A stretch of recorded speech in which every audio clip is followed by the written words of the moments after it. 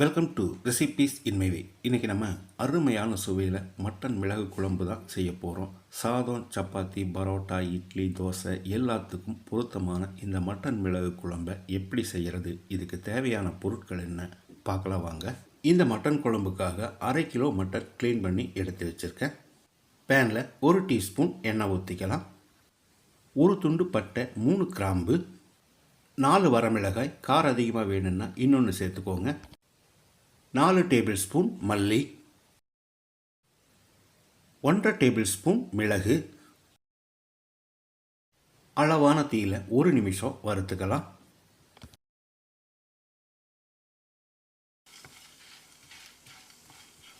இப்போ இதில் 2 டீஸ்பூன் சீரகம்,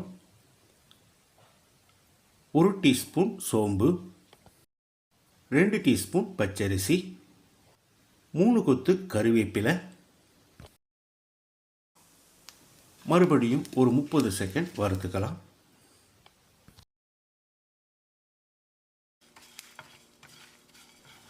இதோடைய 4 டேபிள் ஸ்பூன் துருவின தேங்காயையும் சேர்த்துக்கலாம்.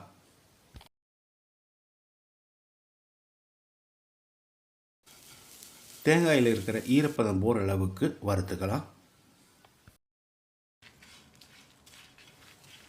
மட்டன் மிளகு குழம்புக்கு தேவையான எல்லாமே நல்லா வறுத்துட்டோம். இப்போ இதை எடுத்து ஒரு பிளேட்டில் கொட்டி நல்லா ஆறின பிறகு மிக்ஸி ஜாரில் போட்டு வச்சுருக்கேன். முதல்ல இதை பவுடராக அரைச்சி எடுத்துக்கலாம். அதுக்கு பிறகு ஒரு 1/2 கப் அளவு தண்ணி சேர்த்து நைஸாக அரைச்சி வச்சுருக்கேன். குக்கரில் 2 டேபிள் ஸ்பூன் எண்ணெய் ஊற்றிக்கலாம்.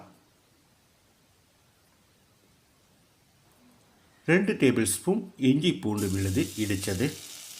ஒரு 10 செகண்ட் இதை பரட்டி விட்டுடலாம்.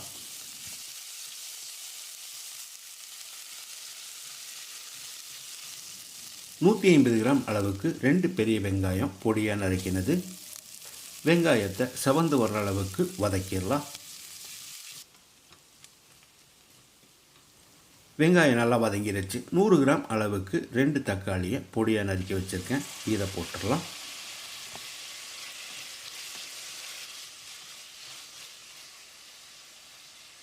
இதோட 1/4 டீஸ்பூன் மஞ்சள் தூள், 2 டீஸ்பூன் உப்பு. தக்காளி நல்லா மசிகிற அளவுக்கு வதங்கட்டும்.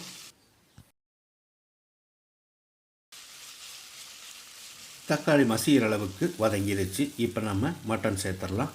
மட்டன் சேர்த்த பிறகு ஒரு 2 நிமிஷம் நல்லா பிரட்டி விடணும்.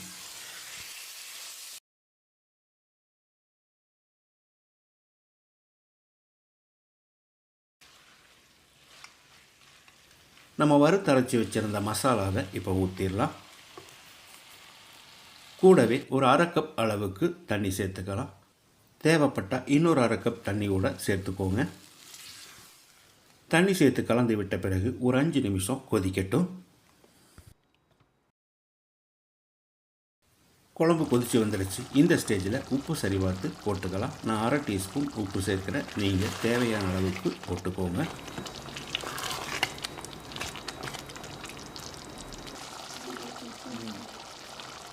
இப்போ குக்கரை மூடி அதிகப்படியான தீயில 1 விசிலும் குறைஞ்ச தீயில 2 விசிலும் விட்டு எடுத்துக்கலாம்.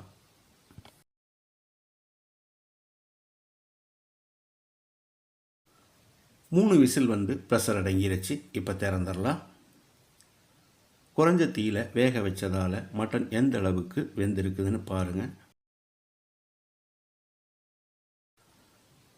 குறைஞ்ச தீயில வேக வச்சதால் மட்டன் நல்லா மிருதுவாக வெந்திருக்கு.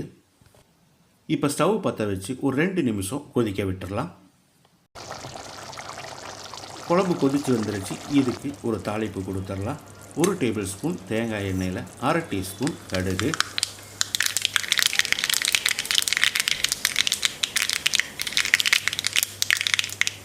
கொஞ்சமாக கறிவேப்பிலையும் 2 வரமிளகாயும் போட்டுக்கலாம்.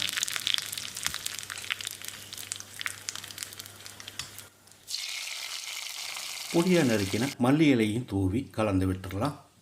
அருமையான சுவையில் நான் செஞ்சுருக்கிற இந்த மட்டன் மிளகு குழம்பை இதே மாதிரி இதே அளவுகளோடு நீங்கள் செய்து பாருங்கள்.